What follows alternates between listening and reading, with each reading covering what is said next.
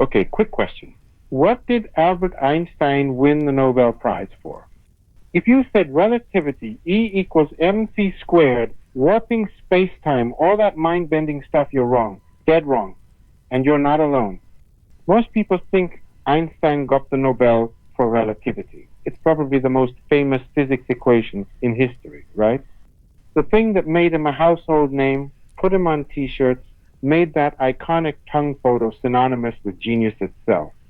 But here's the twist that almost nobody knows. The Nobel Committee didn't give Einstein the prize for relativity. Not for special relativity in 1905, not for general relativity in 1915. In fact, when they finally awarded him the Nobel Prize in Physics in 1921, they specifically cited a completely different paper, a paper that in some ways is even more revolutionary than relativity, a paper that literally burst the quantum revolution. The official citation reads, "For his services to theoretical physics, and especially for his discovery of the law of the photoelectric effect." The photoelectric effect. Not exactly catchy, is it?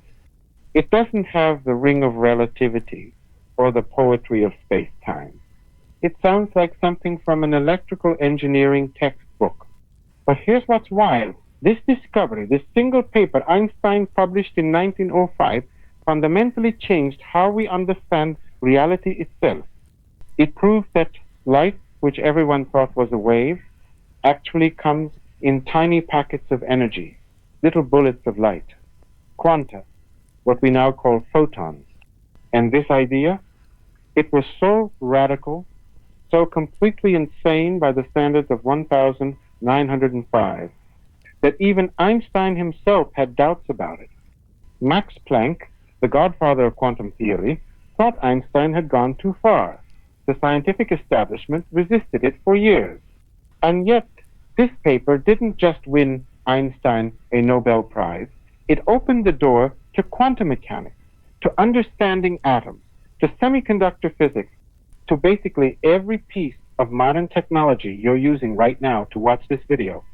Your smartphone wouldn't exist without quantum mechanics. The camera recording this, based on the photoelectric effect. Solar panels on roofs, direct application of Einstein's 1905 paper. LEDs, lasers, transistors, the entire digital revolution, all of it traces back to this one wild idea that light isn't quite what we thought it was. So why don't we talk about this more? Why does relativity get all the glory while the photoelectric effect gets stuffed into high school physics chapters that everyone skips? Maybe it's because relativity sounds cooler, time slowing down, black holes, wormholes. Or maybe it's because the photoelectric effect sounds technical and boring. But I'm telling you, when you actually understand what Einstein figured out, when you see the mystery he solved and the audacious leap he made, it's just as mind-blowing as relativity. Maybe more so, because this discovery didn't just bend the rules of physics, it revealed that the rules themselves were written in a completely different language than anyone had imagined. This is the story of how a 26-year-old patent clerk, working alone in his spare time, looked at a weird experimental puzzle that was confusing everyone and said, what if light isn't a wave at all? What if it's made of particles? And in doing so, he didn't just solve a mystery. He kicked open a door that would eventually lead to the strangest, most successful, most utterly bizarre theory in all of science, quantum mechanics. So buckle up, because we're about to dive into Einstein's hidden Nobel Prize, the quantum discovery that changed everything. Let's set the scene. It's the late 1800s, and physicists think they've got light pretty much figured out. Light is a wave. This isn't some wild guess. It's backed by mountains of evidence. Thomas Young's double-slit experiment in 1801 showed that light creates interference patterns, just like water waves do. James Clerk Maxwell, one of the greatest physicists ever, wrote down equations in the 1860 seconds, proving that light is an electromagnetic wave, oscillating electric and magnetic fields rippling through space at 300,000 kilometers per second. Wave theory explained everything. why light bends around corners, why you get those rainbow patterns in soap bubbles, why you can add two light beams together and get darkness through destructive interference. Light is a wave. Case closed. Physics textbook said so. Maxwell said so. Everyone agrees. Except there was this weird little experiment that made absolutely no sense. It's called the photoelectric effect. And here's what happens. You take a clean metal plate, copper, zinc, whatever, and you shine light on it. And sometimes, not always, but sometimes, electrons start popping off the surface of the metal, just flying off into space. The light is literally kicking electrons out of the metal. Okay, that's interesting. If light is a wave carrying energy, maybe it's transferring energy to electrons, and when they absorb enough energy, they escape. Like ocean waves building up and eventually splashing a shell off a rock. Makes sense, right? But here's the problem no one could solve. First weird thing. Asterisk, asterisk. Frequency matters more than brightness. Asterisk, asterisk. Take a dim ultraviolet light and shine it on your metal plate. Electrons immediately start flying off. Now take a super bright red light, I mean blindingly bright, all the intensity you can muster, and shine it on the same plate. Nothing. Not a single electron budges. You can crank up the brightness of that red light until it's 1,000 times more intense than the UV light. Still nothing. But that dim UV light, instant electrons. This makes no sense if light is a wave. A brighter light means a more intense wave, more energy. It should push electrons harder, give them more energy, help them escape. It's like saying a gentle tap from a tiny pebble can knock a boulder loose, but slamming it with a massive wrecking ball does nothing. Brightness should matter, but it doesn't. Second weird thing. Asterisk, asterisk. There's a threshold frequency. Asterisk, asterisk. For each metal, there's a specific color, a specific frequency, below which no amount of light will knock out electrons. For some metals, red light won't work, but yellow will. For others, you need green or blue. For some, only ultraviolet does the trick. But once you cross that threshold, even a tiny bit of light immediately starts ejecting electrons. Below the threshold, nothing, ever. You could shine red light on certain metals for 1,000 years and not a single electron would escape. Wave theory says energy is energy. If you shine a bright enough light for long enough, the electrons should gradually absorb energy until they have enough to escape. Like filling a bucket with water, eventually it overflows, right? But that's not what happens.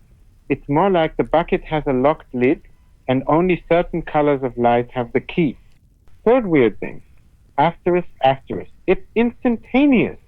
Asterisk, asterisk. When you turn on light above the threshold frequency, electrons start popping off immediately, not after seconds of absorbing energy, not after minutes, instantly, as fast as it can measure. Wave theory suggested there should be a delay while the electron gradually soaks up enough energy from the spreading wave. Physicists calculated it should take minutes, maybe hours, for an electron to absorb enough energy from a dim light wave. But experimentally, no delay. Zero, zip. The moment the light hits, electrons fly off. It's like the light is hitting the electrons the way billiard balls hit each other on a pool table. Instant impact, instant transfer of energy, not like a wave at all. By the early 1900s, this was driving physicists absolutely nuts.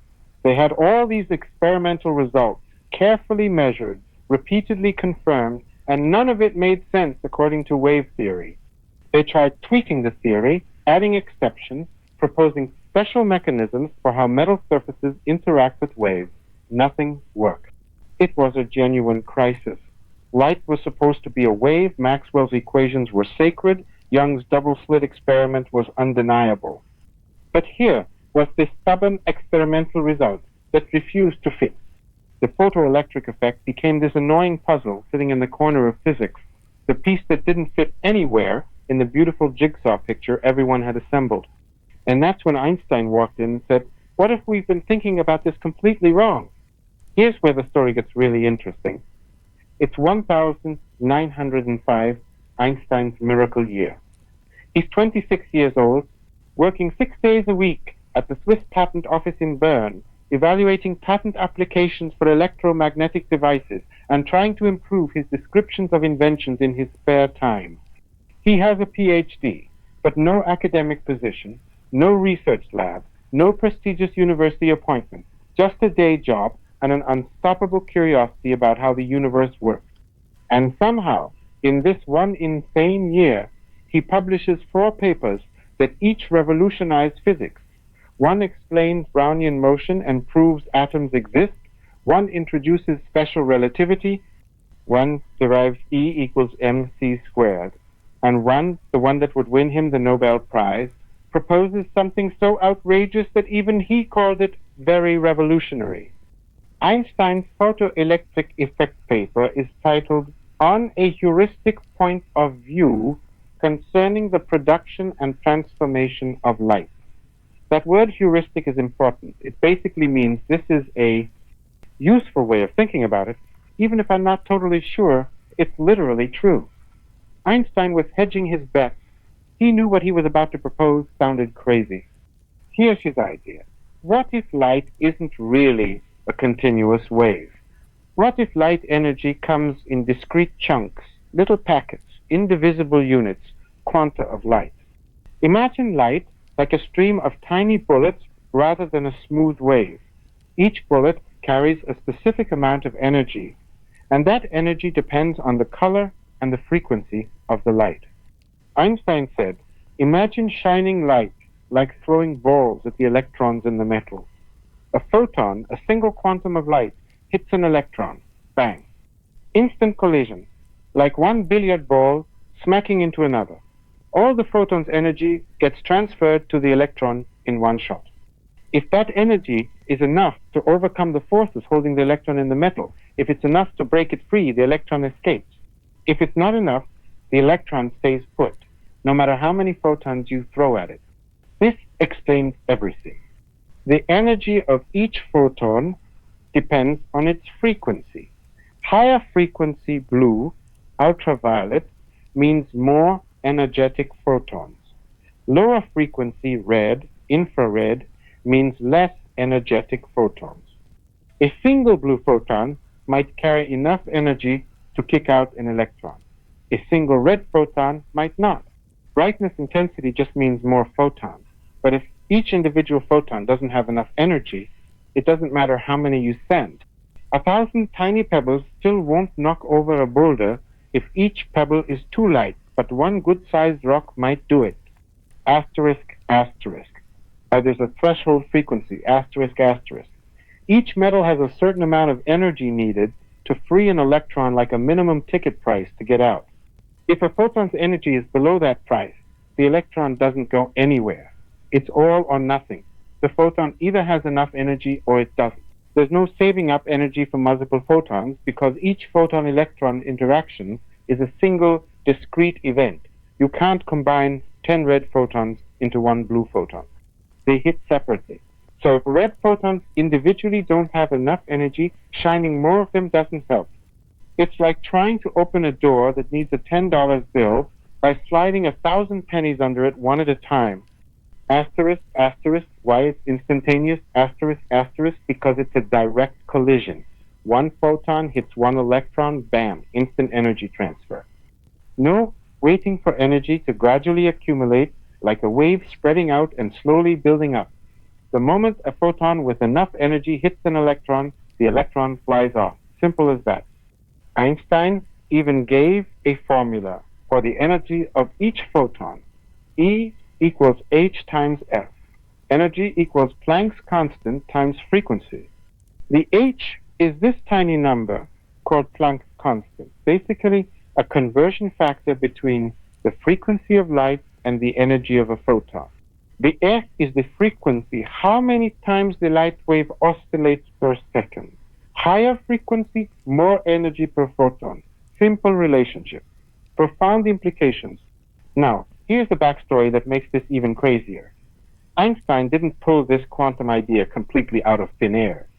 5 years earlier, in 1900, a German physicist named Max Planck had proposed something similar, but only as a mathematical trick to solve a different problem involving hot, glowing objects. Planck himself called it an act of desperation. He didn't think light actually came in chunks. He thought it was just a useful mathematical fiction, a calculation technique that happened to give the right answer. Planck believed in waves. He was deeply uncomfortable with the idea that light energy was fundamentally grainy, not smooth. Einstein took Planck's mathematical trick and said, no, this is real. Light actually consists of quanta.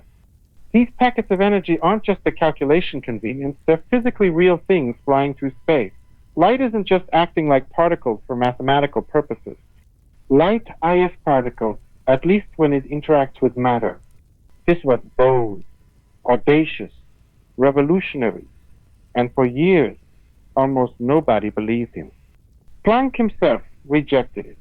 He spent years trying to find a way to explain quantum effects without actually accepting that light came in particles. Other physicists thought Einstein had gone too far, that he'd abandoned the well-established wave theory on a hunch. The evidence for light as a wave was overwhelming. You can't just throw that out because of one weird experiment, can you?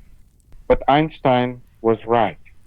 As more experiments were done, more precise measurements of the photoelectric effect, testing different metals, different frequencies, carefully measuring electron energies, every single result matched Einstein's formula perfectly. E equals hf. The energy of ejected electrons increased linearly with frequency, exactly as Einstein predicted. The threshold frequency, the instantaneous emission, the independence from intensity, all of it fit. Light comes in quanta. Photons are real. And this one paper started the quantum revolution that would eventually overthrow everything we thought we knew about reality. Let's dig deeper into why this works and what it means. Because the photoelectric effect isn't just some quirky experimental result. It's a window into the quantum world. Imagine you're standing in a dark room with two light bulbs, one red, one blue. The red bulb is massive and incredibly bright. We're talking stadium lighting level. The blue bulb is tiny and dim, barely glowing. You point them both at a metal plate designed to release electrons when hit with the right light. Wave theory says the bright red light should blast electrons off that plate because it's carrying so much energy. The dim blue light might not do much because it's so weak. Reality says the dim blue light immediately starts knocking electrons loose. The bright red light does absolutely nothing, no matter how intense you make it. Why? Because each individual blue photon is like a little energy bullet carrying enough punch to knock an electron free. Each red photon is like a ping pong ball. Lots of them might be arriving, but each one individually is too weak to do the job. You can throw 1,000,000 ping pong balls at a bowling pin and it won't fall over, but one well-aimed baseball will knock it down. The energy of each photon is determined purely by its color, its frequency. Blue light has a higher frequency than red light. In Einstein's formula, E equals hf, a higher frequency means higher energy per photon. That H Planck's constant is just the conversion factor, the exchange rate, if you will, between frequency, which we can see as color, and energy, which we can measure when electrons fly off. Planck's constant is absurdly tiny, about 6.6 times 10 to the negative 34th joule seconds. That number seems weirdly specific and arbitrary, but it's actually one of the fundamental constants of the universe, like the speed of light or the gravitational constant. It shows up everywhere in quantum mechanics. It's the number that determines how chunky, how granular, how quantum the universe is at small scale. Here's a way to think about it. Imagine the universe has a minimum resolution like pixels on a screen. Planck's constant is related to how fine those pixels are. For light, it tells you the minimum chunk of energy you can have at a given frequency. You can't have half a photon. You can't have 1.3 photons. Photons are discrete, indivisible at the moment of interaction. They're quantum. The experiments that confirmed Einstein's theory were beautiful in their precision. Robert Millikan, an American physicist who initially set out to prove Einstein wrong, spent a decade doing incredibly careful measurements of the photoelectric effect. He tested different metals, different frequencies of light, measured the energies of ejected electrons with exquisite accuracy, and every single measurement confirmed Einstein's equation. Millikan even determined the value of Planck's constant from his photoelectric experiment, and it matched the value Planck had gotten from completely different experiments with heated objects. Millikan won his own Nobel Prize in 1923, partially for this work. And here's the ironic part. His Nobel citation mentions verifying Einstein's photoelectric equation, but Millikan himself never fully accepted the photon concept. He thought light was still fundamentally a wave, and the photoelectric effect was just some weird interaction phenomenon. Even the guy who proved Einstein right didn't want to believe photons were real. But photons are real, and they have weird properties that don't fit into our everyday intuition. Sometimes light acts like a wave. It creates interference patterns. It diffracts around corners. It does all the wave-like things Maxwell's equations predict. But sometimes light acts like a particle. It transfers energy in discrete chunks. It collides with electrons like billiard balls. It behaves quantum mechanically. This is what physicists awkwardly call wave-particle duality. And it's not just true for light. It's true for everything. Electrons, atoms, even large molecules show both wave and particle properties, depending on how you look at them. The photoelectric effect was the first clear, undeniable evidence of this duality for light. It was the crack in the classical physics edifice that eventually brought the whole thing tumbling down and forced us to build quantum mechanics from the ground up. And the implications? They're everywhere in modern technology. Asterisk, asterisk, solar panels, asterisk, asterisk work because of the photoelectric effect. Photons from sunlight hit a semiconductor material, knock electrons loose, and those electrons flow as electric current. Einstein's 1905 paper is literally the theoretical foundation for solar energy. Asterisk, asterisk. Digital cameras, asterisk, asterisk, including the one in your phone, work on the same principle. Photons hit a sensor, eject electrons, and those electrons get counted to build up an image. Each pixel is detecting individual photons through the photoelectric effect.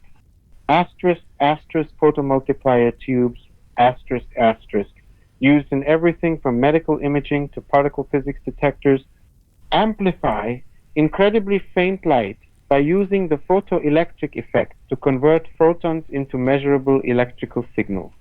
Asterisk, asterisk, night vision goggles, asterisk, asterisk, asterisk, asterisk, photocopiers, asterisk, asterisk, asterisk, asterisk, light meters, asterisk, asterisk, all directly using the photoelectric effect.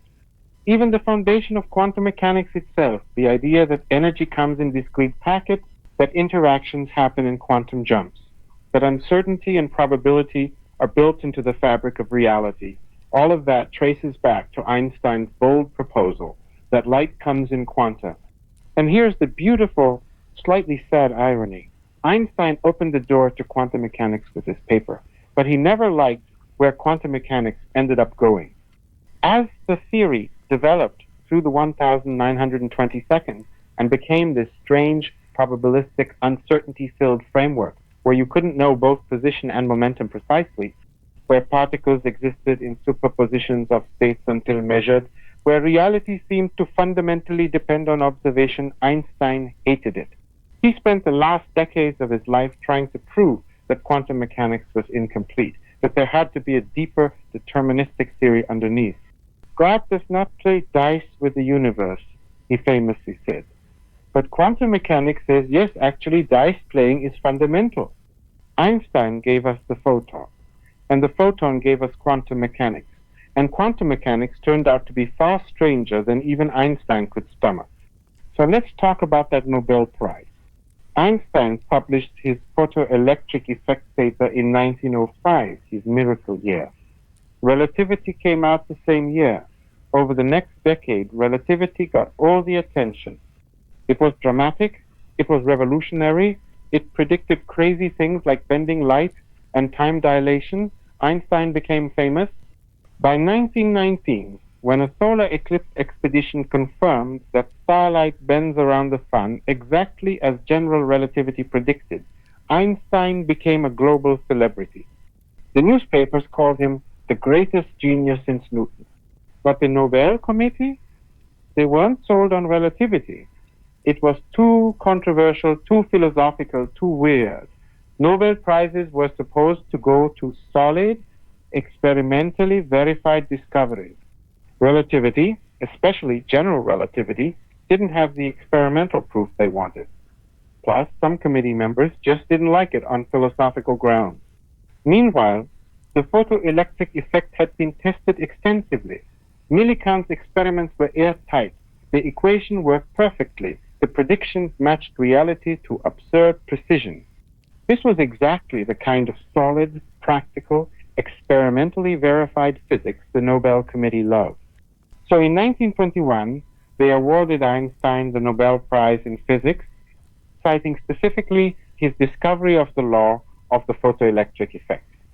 They mentioned his other contributions to theoretical physics, but the photoelectric effect was the headliner. Not relativity, not E equals mc squared.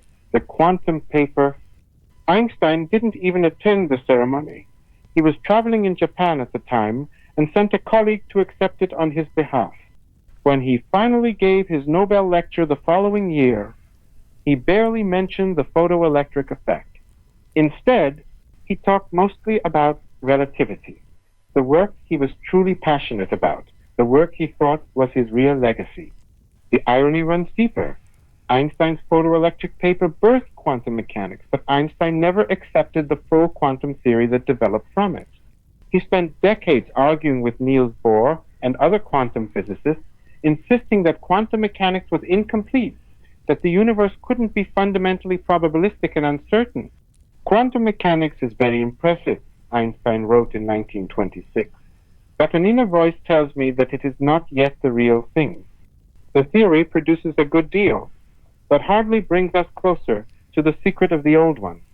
I am at all events convinced that he does not play dice. He was wrong about that. Quantum mechanics turned out to be spectacularly successful, the most accurate theory in all of science. But Einstein's photon, his light quantum, his 1905 revolutionary idea, that was the first domino that started the whole quantum cascade. He was the grandfather of quantum mechanics, even though he never liked his grandchild. So here's the thing about Einstein's Nobel Prize that most people miss. It wasn't for his most famous work. It was for his most revolutionary work. Relativity was brilliant, mind-bending, profound. But it was still playing by the old rules, continuous fields, deterministic equations, a clockwork universe where, if you know the initial conditions, you can predict everything that follows. The photoelectric effect, that broke the rules entirely. It said, the universe is grainy at small scales, energy doesn't flow smoothly, it jumps in discrete hops. Light isn't just waves, it's also particles. Reality is quantum, and quantum is fundamentally different from anything humans had ever imagined. Einstein saw something everyone else missed. He looked at a weird experimental result that didn't fit and had the audacity to suggest the whole framework was wrong. Not just a little wrong, fundamentally wrong at a deep level, and he was right. That's the beauty of physics, and the beauty of questioning everything, even the things everyone knows are true. Sometimes the things everyone knows turn out to be wrong. Sometimes a young patent clerk working alone with nothing but thought and mathematics can overturn centuries of assumptions. Sometimes light is made of little bullets after all. And that's the Nobel Prize. Nobody talks about the quantum discovery that changed everything.